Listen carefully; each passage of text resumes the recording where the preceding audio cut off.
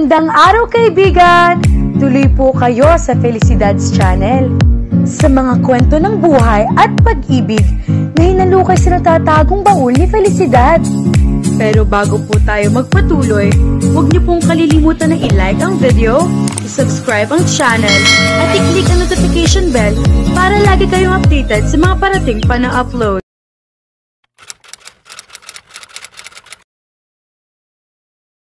Ano nangyari, Andre? Bakit kanina ka pa hindi kumikibo? Puna ni Eva sa kanyang asawa nang balikan siya nito sa pinag-iwanan nito sa kanya. Niyakap siya nito. Naramdaman niyang hinalikan nito ang tuktok ng kanyang ulo. What's wrong? May problema ba? Sinabi na ba nila ang resulta ng check-up sa akin? Huminga ito ng malalim bago nagsalita. Baka kasi buksan uli ng mga doktor ang dating inopera sa'yo. Bakit daw? May mas silang nakita sa ulo mo. Kukunan nila ng biopsy ang mas bago ka operahan. Hindi siya nakaimik. Tinitigan niya ito. May kutob siyang may hindi ito sinasabi sa kanya. Ngunit hindi na lamang siya nagtanong pa. Doktor ito, kaya alam nito ang makabubuti sa kanya. We'll keep on praying, mahal. Ipagdasal natin na maging maayos ang operasyon mo, sabi nito. Muli, naroon na naman ang kutob na parang may inililihim ito sa kanya. Tuloy ay hindi niya maiwasang makadama ng takot. Delikado ba kapag nagpa-opera uli ako? Hindi. Ipagdasal lang natin na benign ang tumor na makikita nila sa x-ray. Mabait naman sa iyo ang Diyos, hindi ba? Sa atin, mahal ko. Mabait siya sa atin kaya hindi niya tayo bibiguin. Muli siyang niyakap nito ng mahigpit. Dama niya sa yakap na iyon na tila ba kahit ang sarili nito ay kinukumbinsi nitong hindi nga siya mapapahamak. Parang hindi ito ang daan papunta sa atin. Puna niya nang pauwi na sila mula sa ospital. Kabisado na niya ang mga nililikuan at kung gaano kahaba ang mga tuwid na daan kahit hindi niya nakikita ang dinaraanan nila. Hindi nga. Doon muna tayo sa Makati, sa bahay ng mga lolo kong namatay na. Bakit? Ayoko munang makausap si Papa at ang mga kapatid ko. Bakit? Pupunta ba sila sa bahay? Nagpunta na sila kahapon. Mabuti na lamang at natutulog ka. Galit sila? Aniya pagkaraan ng ilang sandaling patlang. Magalit man sila, wala na silang magagawa. Mag-asawa na tayo. Nagtalo ba kayo? Oo. I'm sorry. Bakit ka magso-sorry? Kasi kung hindi dahil sa akin, wala ka sanang problema ngayon. Problema sa pag-aalaga sa akin dahil ganito nga ako. Problema pa sa panibagong sakit ko. Tapos, may problema ka na naman sa hindi pagtanggap sa akin ng pamilya mo. Hindi mo kasalanan yun, mahal ko. Huwag mong iisiping may kasalanan ka sa mga nangyari. Hinawakan nito ang isang kamay niya at masuyong pinisil iyon. Walang problemang papayagang mangyari ang Diyos na hindi natin malalampasan. Huwag mo sanang kalilimutan iyon. Basta nariyan ka lang sa tabi ko, makakaya ko ang mga problema. Oo, habang magkasama tayo, makakaya nating harapin ang lahat. Mahiga ka sa kama, imamasahe ko ang ulo mo. Utos ni Eva kay Andre pagkatapos nitong ilibot siya sa buong bahay. Ang magiging kwarto nilang mag-asawa ang huling pinuntahan nila. Malaki ang bahay ng lolo nito. 8 raw ang kwarto roon, bukod pa sa maliit na library at game room. Ngunit ang pinilit niyang tandaan ay ang patungo lamang sa magiging silid nila, sa komedor at sa hardin. Huwag na, tugon nito. Pagod ka rin naman, isa pa, baka sumakit na naman ang ulo mo. Hindi, at saka hindi naman ako pagod. Palagi nga akong nakaupo lang. Sige na, dumapa ka at mamasahihin ko ang ulo at likod mo. Halos hindi na kasi ito nagpapahinga. Hindi man niya nakikita ito, ay nararamdaman niya iyon. Nais niyang kahit sa mumunting bagay, ay mapagaan niya ang mga dalahin nito. Huwag na, matulog na lang tayo ng maaga. Nasaktan siya sa pagtanggi nito. Alam naman niyang maraming problema ito, ngunit sa pag-ayaw nito sa alok niya, ay para na ring ipinamukha nitong wala siyang magagawa, na wala siyang silbi. Eva? Hindi siya sumagot. Natatakot siyang mapabulala siya ng iyak. Naramdaman niyang tinabihan siya nito sa pagkaupo sa gilid ng kama. Mahal, what's wrong? Sumagap siya ng hangin upang paluwagin ang nagsisikip na dibdib. Ito na nga lang ang pwede kong gawin sa'yo. Ito na nga lang ang pwede kong ipaglingkod dahil bulag na ako. Tapos, tatanggihan mo pa.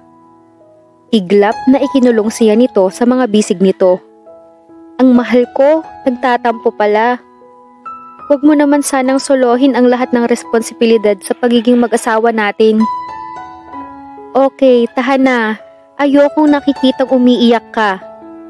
Siguro nga masyado akong nag-alala na madagdagan pa ang mga iniintindi mo kaya madalas sinasarili ko na lamang ang mga problema. Sorry mahal. Sa sobrang pag-iingat ko sa'yo, nakakalimutan ko ang element ng sharing sa marriage natin. Hindi naman siguro ako masyadong mahina para hindi ko makaya ang ibang responsibilidad. I know. Patawad na, please. Pumapayag ka ng magpamasahe sa akin? Gladly. Naramdaman niyang humiga na ito sa kama. Kapag kuwan ay ipinatong nito ang kanyang kamay sa likod nito. Sinimulan niyang masahihin ang mga kalamnan nito sa likod. Panaka-nakang naririnig niya ang kontentong pagbuntong hininga nito. Pinagbuti niya ang ginagawa. Andre? Pagkatapos ng operasyon ko at lumakas-lakas ako, pwede bang dumalaw tayo sa Batangas? Gumalaw ito.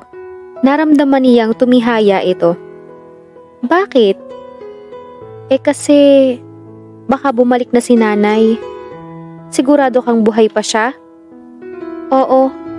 Nakita ko kung paano siya lamunin ng maitim na kawalan. Kahit matagal nang nangyari iyon, hindi ko makakalimutan. Paano kung ano? Kung sa pagbabalik niya ay hikayatin kaniyang maging mangkukulam uli, hindi ako papayag. Talagang ayaw mo na maging mangkukulam? Ayoko naman talaga. Kaya lang naman ako pumayag noon ay para makaiwas sa sumpa. Pero ngayong hindi rin naman pala ako nakaligtas, hindi ko nababalikan iyon. Salamat, anito. Ano bang ipinag-aalala mo? Ayoko kasing dumating ang sandali na papipiliin kita kung ako o ang kapangyarihan ng angkan mo ang susundin mo. Siyempre, ikaw ang susundin ko. Umpisahan na pala natin. Ang alin? Ang pagsunod mo sa sasabihin ko. Hinabig siya nito hanggang mapaibabaw siya sa katawan nito. Love me. Bulong nito. Iyon yata ang isang utos na kahit kailan ay hindi siya magsasawang sundin. Ilang saglit pa at nagpapalitan na sila ng masusuyong haplos at halik. Tulog na ang kanyang asawa. Parang bata ito na inosente pa rin ang anyo kapag ganoong natutulog ito. Nakapatong ang isang braso nito sa mga mata nito. Binuhay ni Andre ang overnight lamp bago niya pinatay ang liwanag na nagmumula sa mga lampshades sa magkabilang gilid ng kama. Nakita niyang inalis nito ang brasong nakapatong sa mga mata nito. Natigilan siya sa naging reaksyon nito. Sinubukan niyang buksan muli ang mga ilaw. Tinakpan nito ng braso ang mga mata nito. 2 beses na sinubukan niyang patayin at sindihan ng ilaw ay ganoon lagi ang reaksyon nito. Para bang nasisilaw ito sa ilaw tuwing bubuksan niya.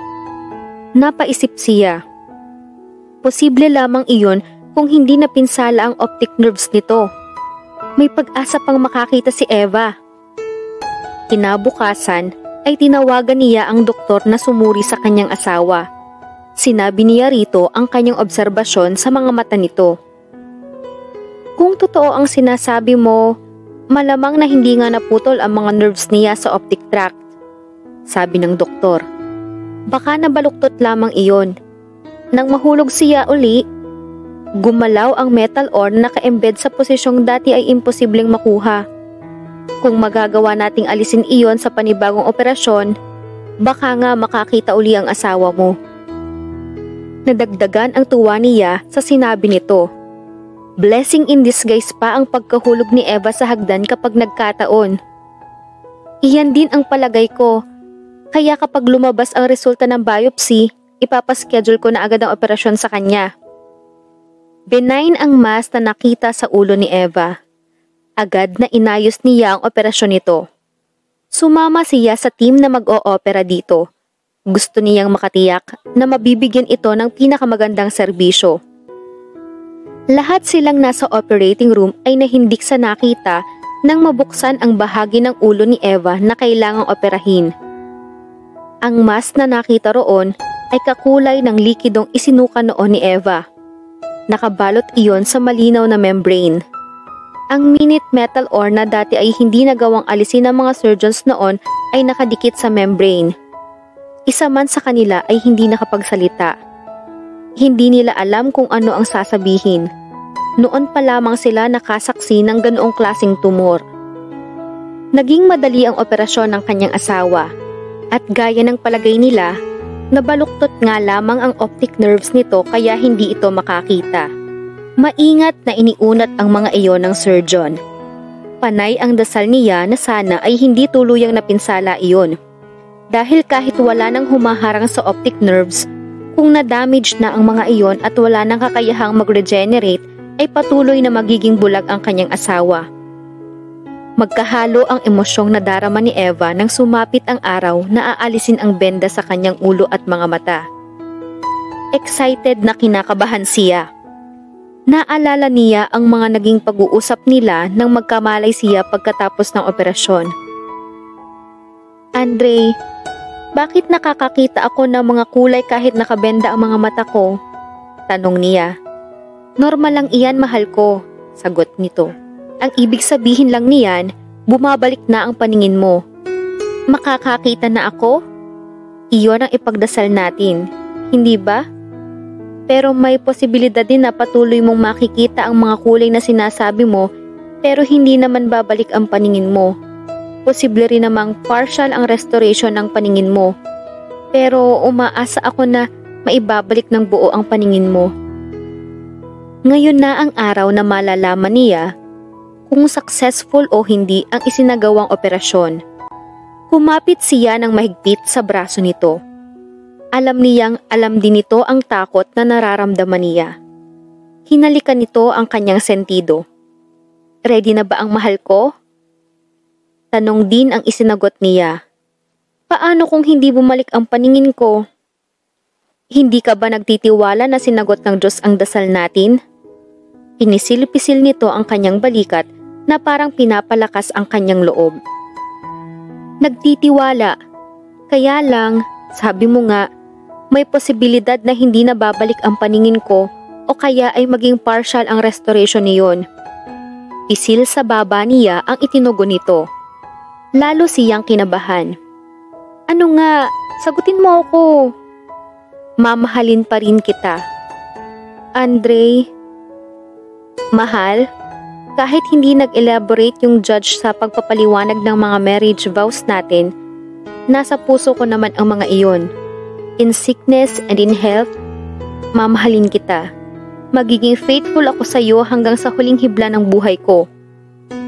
Nakadama siya ng kapanatagan pagkatapos niyang marinig iyon. Iyon lamang naman ang kailangan niya. Handa na siyang harapin ang lahat ng bagay basta nasa tabi niya ito. Hanggang sa huling balot ng benda ay hindi bumibitiw si Andre sa pagkakahawak sa kanyang kamay. Subalit natapos nang i-dress ng doktor ang sugat ng inopera sa kanya at naalis na ang lahat ng tabing sa kanyang mga mata, ay wala pa rin siyang nakikita. Bulag pa rin siya. Maghintay tayo ng hanggang 10 araw, wika ng doktor kay Eva. By that time ay nanumbalik na dapat ang paningin mo. Meanwhile, huwag mo munang pagurin ang mga mata mo. Isuot mo ang ibinigay ko sa iyong dark eyeglasses sa araw. Aalisin mo lamang iyon kapag matutulog ka na sa gabi. Subukan mong gawin ang mga dati mong ginagawa, basta wag lang magkokos ng stress sa mga mata mo, okay? Sa kabila ng mga sinabi nito ay parang gusto niyang panghinaan ng loob. Pero sinarili na lamang niya iyon. Ayaw niyang pag-alalahanin si Andre. Naging kainip-inip sa kanya ang mga sumunod na araw habang nagpapagaling siya sa ospital. Lagi naman sa tabi niya ang kanyang asawa. Binabasahan siya nito ng dyaryo, tula, article sa mga magazines at kung ano-ano pa. Kapag nakikinig siya sa programa sa TV, ay ito ang nag-i-interpret sa mga eksenang hindi niya nakikita. Sinasamahan din siya nitong matulog sa gabi. Umuuwi lamang ito sa araw kapag maaaring magbantay sa kanya si Angel o si Manang Sonia. Baka magalit na sila sa'yo, sabi niya kay Andre isang gabi bago sila matulog. Matagal kang nagbakasyon at pagkatapos, nang makabalik ka ay nagbakasyon ka na naman. Huwag mong intindihin iyon. Pwede akong magbakasyon kahit 1 taon. Hindi rin naman ako mapapalagay sa ospital habang narito ka. Napakabuti mo sa akin, alam mo ba yun? Ano ba namang salita yan? Natural na maging mabuti ako sa'yo dahil asawa kita. Nang ikasal tayo, naging isa na tayong dalawa at mananatiling ganoon kahit maraming hadlang. Bumuntong hininga siya. Kung sana lang, kasinlawak ng pangunawa mo ang pangunawa ng pamilya mo. Kung hindi ka talaga nila matatanggap, pwede naman tayong sa Batangas na lang tumira. Doon ako magtatayo ng klinik. O kaya naman, mag-a-apply ako sa local hospital doon. Pero mahal, malaking sakripisyo iyon sa parte mo. Naramdaman niyang pumihit ito.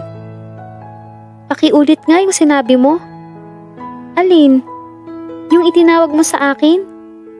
Natawa siya. Iyong mahal?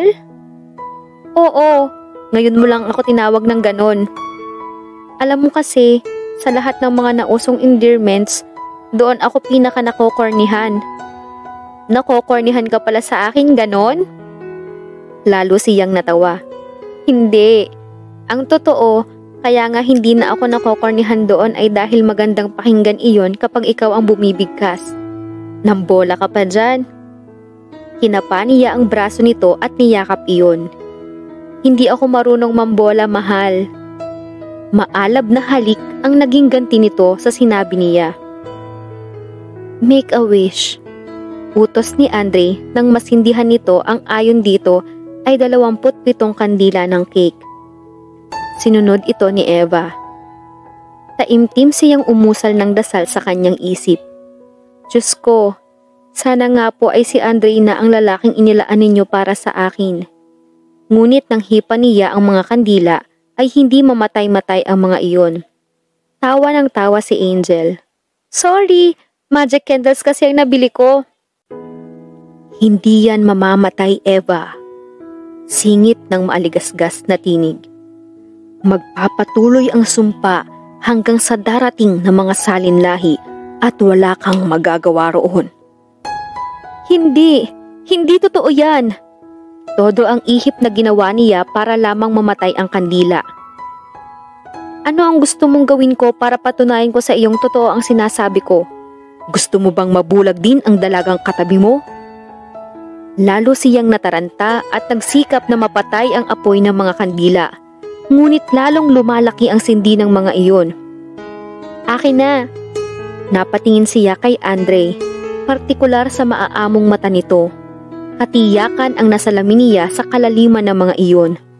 Iniabot niya rito ang cake na puno ng mga nakasinding kandila.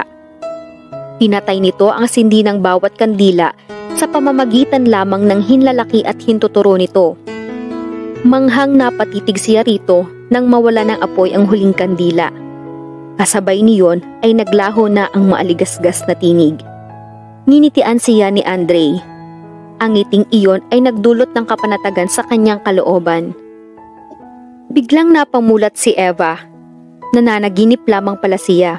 Isang eksena iyon nang bigyan siya ng birthday party ni na Andre at Angel kahit hindi naman niya kaarawan. Ano kaya ang ibig sabihin ng panaginip ko?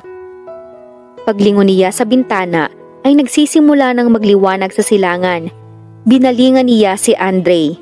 Mahimbing na natutulog ito sa tabi niya. Napabalikwas siya ng bangon nang mapagtanto niya ang kanyang mga nakita. "Eva?" sabi ni Andre sa inaantok pang tinig. Hinusot nito ang mga mata at bumangon na rin. "What's wrong?" Pinagmasdan niya ang nalilitong anyo nito. Medyo gusot ang alon-along buhok nito, ngunit mukha pa ring anghel na bagong gising ito. God, how she marveled at this sight. Sinapo niya ang mukha nito. "I love you, mahal," she whispered tenderly to him. "Eva?" Nginitaan niya ito. Tila noon pa lamang nito nauunawaan kung ano ang nangyayari. Nanlaki ang mga mata nito at pagkatapos ay namula ang paligid ng mga iyon. "Mahal ko, pinakinggan ng Diyos ang dasal natin. Nakakakita ka na," sabi nito sa garalgal na tinig. Masayang masaya sina Eva at Andre sa pagbabalik ng paningin ng una. Talon ng talon si Angel nang makarating dito. Hindi nga lamang malubos ang kaligayahan ni Eva.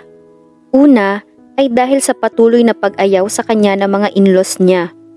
Ngunit ang higit na nagbibigay ng alalahanin sa kanya ay ang panaginip niya noong nasa ospital pa siya. Paano kung totoo ang sinabi ng maaligasgas na tinig? Natatakot siya para kay Angel. Baka mahawa ito sa sumpa. "Siguro naman kung magtatayo ako ng klinik sa bayan, kahit paano ay may magpapagamot sa akin," sabi ni Andre. Kasalukuyang nag-e-empake ito. Nagpasya ito na umalis na lamang sila sa bahay na kinalakhan nito at lumipat na ng tuluyan sa bahay ng mga lolo nito sa Makati. Tutal naman daw ay patuloy siyang inaayawan ng ama at mga kapatid nito. Tanging si Angel lamang ang tumanggap sa kanya sa mga kaanak nito. At hindi lamang basta siya tinanggap nito. Dama niyang masaya ito na siya ang naging asawa ni Andre. Napakunot noo siya. "Bayan?" "Oo, sa bayan ng Batangas. Para kung doon na ako manggagamot, sa cottage na tayo titira. Hindi ka na mag-aalala na walang madaratnan ang nanay mo kapag bumalik na siya. Pero malaki ang isasakripisyo mo.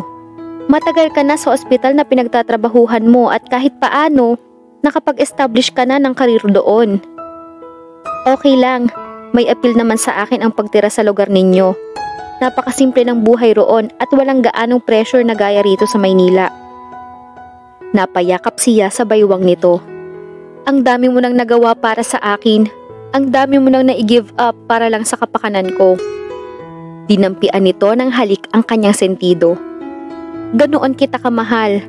Kahit buhay ko, kung kinakailangan na ibibigay ko sa'yo, doon ako masaya, mahal ko. Kaya wag ka sanang mag-guilty." "Thank you." Tuluyan nang nagbitiw si Andre sa ospital na pinaglilingkuran ito. At nang sumunod na buwan, ay lumipat na silang mag-asawa sa Batangas. Pagtapat ng sinasakyan nilang kotse sa cottage, ay nagtaka siya kung bakit bukas ang bahay. Pati ang gate niyon ay bukas din. May tao sa loob, puna ni Andre. Bumaba sila ng kotse. Pumapasok pa lamang sila sa bakuran, ay siya namang paglapit ng isang babae sa bintana ng cottage. Ganoon na lamang ang panlalaki ng kanyang mga mata nang mapagmasdan niya ito. Pumuti lamang ang buhok nito, ngunit ang anyo nito ay tulad pa rin noong huling makita niya ito. Halos walang ipinagbago ito sa loob ng 21 taon. "Nanay!" Patakbong umakyat siya ng bahay. Yumapos agad siya rito nang makalapit siya rito. "Eva, anak ko!" Kay higpit ng pagkakayakap nito sa kanya. Kapwa sila lumuluha. Matagal silang pinaglayo ng pagkakataon at ngayong sa wakas ay muli silang nagkita, parang ayaw na nilang bumitiw sa isa't isa. "Salamat sa Diyos at buhay kayo!" Lumuluha pa rin na sabi niya pagkaraang kumala sila sa pagkakayakap sa isa't isa. "Salamat din at maayos ka, anak." Pinagmasdan niya ito. Noon lamang niya napansin na totoong nakatitig ito sa kanya. "Nakakakita na kayo?" "Hindi naman ako nabulag. Lumabo lamang ang mga mata ko," sagot nito. Ipinagtaka niya ang sinabi nito.